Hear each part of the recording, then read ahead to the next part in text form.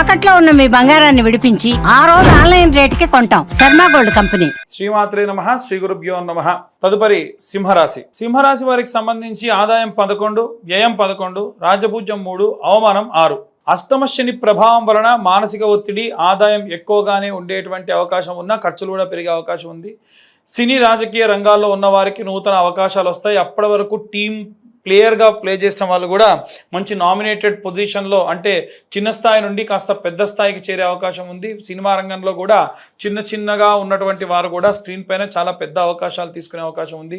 ఉద్యోగస్తులు నూతన సంవత్సరంలో ఈ రాశి వారికి కొత్త అవకాశాలు వచ్చే అవకాశం ఉంది. కెరీర్ పరంగా ప్రత్యేక శ్రద్ధ వహించాలి. వ్యక్తిగత సమస్యలతో పాటుగా ఆరోగ్య సమస్యలు దెబ్బతినే అవకాశం ఉంది. దీనివల్ల మీ కెరీర్ కూడా ఇబ్బంది పడేటువంటి అవకాశం ఉంది. ఈ రాశి నుంచి శని 7, 8వ స్థానంలోకి ప్రవేశించడం వలన వ్యక్తిగత పనులు ఆలస్యమయ్యే అవకాశం ఉంది. అయితే గురువు 10, 11వ స్థానంలోకి సంచరించడం వలన ఆర్థిక పరంగా మెరుగైన ఫలితాలు రానున్నాయి. ముఖ్యంగా ఏడాది చివరిలో శుభ ఫలితాలు వచ్చే అవకాశం ఉంది. వ్యాపారస్తులకు సంబంధించిన విషయంలో నూతన సంవత్సరంలో సింహరాశి వారికి సంబంధించి ఆర్థిక పరంగా మెరుగైన ప్రయోజనాలు కలుగుతున్నాయి. వీరు ఊహించినంత డబ్బు పొందుతారు. అయితే భౌతిక సుఖాల కోసం ఎక్కువ ఖర్చు పెట్టేటువంటి అవకాశం ఉంది. సంపాదించిందంతా వీటికి వృధా చేసే అవకాశం ఉంది. ఈ ఏడాది మధ్యలో గురువు ఏకాదశ స్థానాలు, అంటే 11వ స్థానంలో ప్రయాణం చేయడం వలన కొత్త ఆదాయ వనరులు పొందే అవకాశం ఉంది. అదేవిధంగా శని కదలికల వలన ధనలాభం ఖచ్చితంగా వస్తుంది. కానీ ఖర్చులు మాత్రం మీ యొక్క అలవాట్ల వల్ల ఇబ్బంది పడే అవకాశం ఉంది. జాగ్రత్తగా ఉండండి. అందుకే ఆదాయ వ్యయాలు కూడా ఈక్వల్గా ఉన్నాయి. అయితే వీరు ఏదైనా పెట్టుబడి పెట్టే ముందు అన్ని విషయాలు జాగ్రత్తగా పరిశీలించి పెట్టుబడులు పెట్టాలి, లేదంటే ధన నష్టం కలిగే అవకాశం ఉంది. అలాగే లాభానికి బదులు నష్టమే అధికంగా చూసే అవకాశం కూడా ఉంది. రైతులకు సంబంధించిన విషయంలో ఈ రాశి వారికి, అంటే రైతులు ధాన్య వ్యాపారం చేసే వాళ్ళకి సంబంధించి విషయాలు, చేతి వృత్తులు, కుల వృత్తులు చేసే వారికి సంబంధించిన విషయానికి వస్తే 7వ స్థానంలో శనిగ్రహ సంచారం ఉండడం వలన ఇబ్బందులు పడతారు. అదేవిధంగా 8వ స్థానంలోకి ప్రవేశించినప్పుడు కూడా వ్యాపారానికి సంబంధించి, ధాన్యానికి సంబంధించి కాస్త ప్రతికూల పరిస్థితులే ఉన్నాయి. ఈ సమయంలో పెట్టుబడులు పెట్టడం చాలా రిస్క్తో కూడినటువంటి విషయం. అలాగే మరోవైపు రాహుగ్రహ ప్రభావంతో వ్యాపారస్తులకు నష్టాలు ఎదురయ్యే అవకాశం ఉంది. ఈ యొక్క నూతన సంవత్సరంలో వ్యాపారస్తులు కొన్ని ప్రయోగాలు చేయడం కాస్త మంచిది కాదు అని చెప్పి తెలుసుకోవాలి. ఈ సమయంలో ఎవరిని గుడ్డిగా నమ్మకూడదు. ఎవరన్నా నమ్మి విపరీతంగా మోసపోయే అవకాశం కూడా ఉంది. ఈ ఏడాది సంవత్సరంలో సింహరాశి వారికి సంబంధించి కుటుంబ జీవన విధానాల్లో అనుకూలంగా ఉంటుంది. వీరు బయట ఎంత బిజీగా ఉన్నా తిరిగి మళ్ళీ కుటుంబం అంతా కూడా సంఘటికృతం చేసేటువంటి వాళ్ళు. గురుగ్రహ శనిగ్రహ ప్రభావం వలన ఈ రాశి వారికి కుటుంబ జీవన విధానాల్లో మిశ్రమ ఫలితాలు ఉన్నాయి. ఇంట్లో ప్రశాంత వాతావరణం ఖచ్చితంగా నెలకొంటుంది. కుటుంబ సభ్యులతో సంబంధాలను మెరుగుపరుచుకుంటారు. అలాగే మీ యొక్క బంధువర్గంలో కూడా దూరపు చుట్టాలు కూడా కలుపుకొని ముందుకెళ్తారు.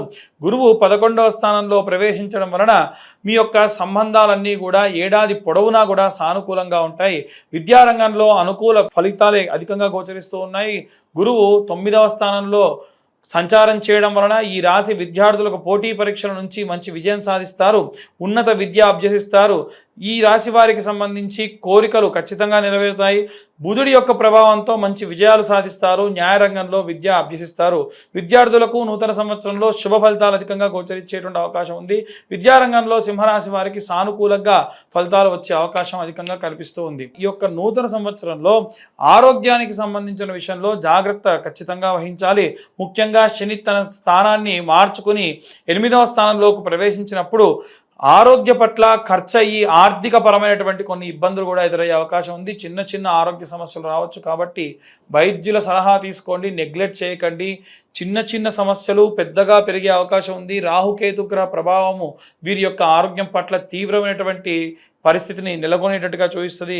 కాబట్టి ఆహారపు అలవాట్లు కూడా మార్చుకొని కాస్త నియంత్రించుకోవాల్సిన అవకాశం కూడా ఉంది. శని ప్రభావంతో మానసిక ఆందోళన కూడా కలిగే అవకాశం ఉంది. ఈ రాశి వారికి సంబంధించి గురుగ్రహము అలాగే శనిగ్రహ ప్రభావం విపరీతంగా ఉన్న కారణం వలన గురుచరిత్ర పారాయణం చేయించడం మంచిది. అలాగే ఉన్నటువంటి అన్ని శనివారాలు కూడా ఈ యొక్క శని త్రయోదశి నాడు తిల తైల హవనము, హోమము, అలాగే వీలైతే కూడా తిల తైల అభిషేకం చేయించడం కూడా చాలా మంచిది. ఇక అన్ని వర్గాల వారికి సంబంధించి ఎలాంటి రెమెడీస్ తీసుకోవాలి, ఎలాంటి మంత్రపఠనం చేయాలనే విషయాన్ని ఇప్పుడు మనం తెలుసుకుందాం. ఈ యొక్క విశ్వావసునామ సంవత్సరంలో విద్యార్థులు ఎవరైతే ఉన్నారో నీల సరస్వతి స్తోత్రం లేదా మేధా దక్షిణామూర్తి స్తోత్రం చదవడం కానీ వినడం కానీ చాలా విపరీతమైన శక్తినిస్తుంది.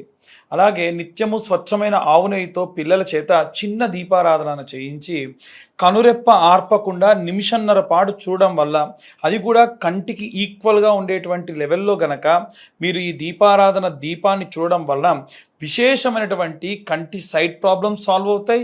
చూసిన ప్రతీది కూడా జ్ఞాపక శక్తిగా విపరీతంగా వారికి గుర్తుంటుంది.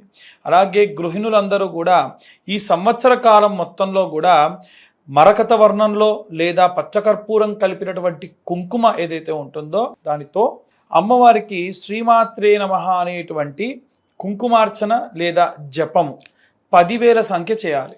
పూర్తి సంవత్సరంలో ఈ మార్చి ఎండింగ్ తర్వాత నుండి ప్రారంభమవుతూ మళ్ళీ వచ్చే సంవత్సరం వరకు చూసుకుంటే మనకు 10,000 సంఖ్య వరకు పూర్తి చేయడం వల్ల విశేష శక్తినిస్తుంది. ఆడవాళ్ళకి జరగబోయేటువంటి ఇబ్బందులు కానీ అపాయాలు కానీ తొందరగా తెలుస్తాయి.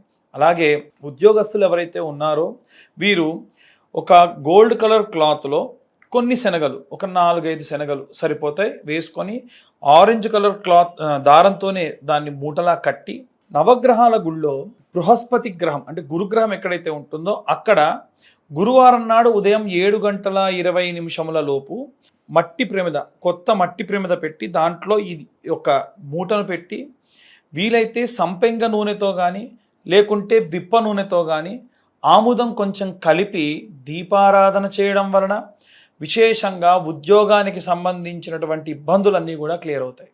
అలాగే ఎవరైతే వ్యాపారం చేసే వాళ్ళు ఉన్నారో సాంబ్రాణి పౌడర్గా దొరుకుతుందండి. ఆ పౌడర్ అలాగే తెల్ల ఆవాలు, ఆవు నెయ్యి 3 కలుపుకొని ప్రతి శుక్రవారం నాడు సాయంత్ర సమయంలో స్నానమాచరించి మీ వ్యాపార స్థలంలో ఒక కప్పుని వెలిగించుకొని అంబిక ధూప్ కప్స్ ఉంటాయి కదా, అలాంటి కప్స్ ఏదైనా వెలిగించుకొని ఆ పదార్థాన్ని తీసుకొని మిశ్రమం కలిపినటువంటి దాన్ని నుదురు దగ్గర పెట్టి అందులో వేయడం వలన, వేసేటప్పుడు మీ కోరికలు వాంఛలు కోరుకోవడం వలన మీ యొక్క షాప్ దగ్గరికి వచ్చేటువంటి గాలి ధూళి దిష్టి అన్నీ కూడా తొలగిపోతాయి. ఎందుకంటే ఒకసారి వ్యాపారస్తులు వ్యాపారం ఓపెన్ చేశారనంటే శౌచము అశౌచము ఉన్నవాళ్ళు, అలాగే రకరకాల చోట్లకు వెళ్ళొచ్చిన వాళ్ళు, మృతా శౌచంతో ఉన్నవాళ్ళు, జాతా శౌచంతో ఉన్న వాళ్ళు అందరూ వస్తారు.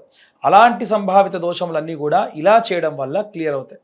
అలాగే ఎవరైతే ఈ యొక్క సినీ రాజకీయ రంగాల్లో ఉన్నారో వాళ్ళు చండీ హోమం చేయించుకోవడం మంచిది. చండీ పరాదేవత మీకున్నటువంటి చాలా రకాలైనటువంటి, ఎందుకంటే పబ్లిక్ పోర్టల్లో విపరీతంగా తిరుగుతూ నరదిష్టి విపరీతంగా ఉంటుంది కాబట్టి పోవాలి అనంటే చండీ హోమం చాలా మంచిది. సంవత్సరంలో కనీసం ఒకసారైనా చేయించుకోవాలి. కరుంగలి మాల లాంటివి ఏవైతే ఉంటాయో ఆ మాలలు కూడా ధరించడం మంచిది. అలాగే ఎవరైతే వివాహం కోసం ఎదురు చూస్తూ ఉన్నటువంటి అమ్మాయిలు కానీ అబ్బాయిలు కానీ, అమ్మాయిలైతేనేమో వరపాశుపతము అనేటువంటి హోమం ఉంటుంది. అంటే శివుడికి చక్కెరతోని అభిషేకం చేసి, ఓన్లీ చక్కెరతో అభిషేకం చేసి తర్వాతకి హోమం చేస్తారు. అమ్మాయిలకైనా సరే అలాగే శివలింగానికి అభిషేకం చేసి తర్వాతకి హోమం చేస్తారు. అమ్మాయిలు చేసేదాన్ని వరపాశుపతం అని, అబ్బాయిలు చేసేదాన్ని కన్యాపాశుపతం అని అంటారు. ఈ పాశుపత హోమము మీ దగ్గరలో ఉన్నటువంటి అర్చక స్వాములు ఎవరినన్నా అడిగితే చేస్తారు. లేదు కావాలి అంటే కింద ఉన్న మా నెంబర్ కూడా కాంటాక్ట్ చేయొచ్చు, మేమైనా సరే చేయిస్తాం. అలాగే ఎవరైతే విదేశాలకు వెళ్ళాలి అనుకుంటూ ఉన్నారో వారు ముఖ్యంగా ప్రసన్న మహాకాళి ఆలయంలో అమ్మవారికి కుంకుమార్చన చేయించి కొంచెం కుంకుమ మీతోనే పెట్టుకొని ప్రయాణం చేయండి. ప్రయాణంలో ఎటువంటి బడలికలు, ఎటువంటి ఇబ్బందులు, వెళ్ళిన తర్వాతకి ఎటువంటి విషజ్వరాలు రాకుండా అమ్మవారు కాపాడుతుంది. అలాగే ఎవరైతే పిల్లల దగ్గర లేకుండా వృద్ధాప్యంలో ఉన్నారో వారు నిత్యము కూడా అసుర సంధ్యా సమయంలో కాలభైరవాష్టకం చదవడం మంచిది, లేదా కాలభైరవాష్టకం వినడం మంచిది. రైతులు, కుల వృత్తులు, చేతి వృత్తులు చేసే వాళ్ళు ఎవరైతే ఉన్నారో మీ యొక్క కులదేవతారాధన మానకండి. సంవత్సరంలో ఇంట ఎటువంటి ఫంక్షన్ జరిగినా అమ్మవారికి ఒక చీర పెట్టుకోండి. చాలు, అమ్మవారు ఎప్పుడు కూడా మిమ్మల్ని కాపాడుతూ ఉంటారు. ఇవన్నీ కూడా గోచార రీత్యా చెప్పేటువంటి విషయములు మాత్రమే. పూర్తిగా మీ జాతకం విశ్లేషణతో మీకు కావాలి అని అంటే కింద ఉన్న నెంబర్కి మీ పేరు, మీ date of birth, time, place పంపించండి. ఈ 2025 సంవత్సరంలో కేవలం 2025 రూపాయలు మాత్రమే ఛార్జ్ చేయడం జరుగుతుంది. పూర్తిగా జాతకంలో లగ్నం నుంచి పంచమ, సప్తమ, నవమ, కోణ, కేంద్ర స్థానాల్లో ఏ గ్రహ సంచారం ఉంది, ఎలాంటి రిజల్ట్స్ వస్తుంది అనేటువంటి విషయాన్ని డీటెయిల్గా మీతోని గంట పాటు డిస్కస్ చేసి మీ జాతకం విశ్లేషణతో చెప్పడం జరుగుతుంది. ఈ పూర్తి జాతకం కూడా 60 నుండి 70 పేజీల్లో మీకు అందించడం జరుగుతుంది. మరొకసారి అందరికీ కూడా విశ్వావసునామ సంవత్సర శుభాకాంక్షలు. స్వస్తి.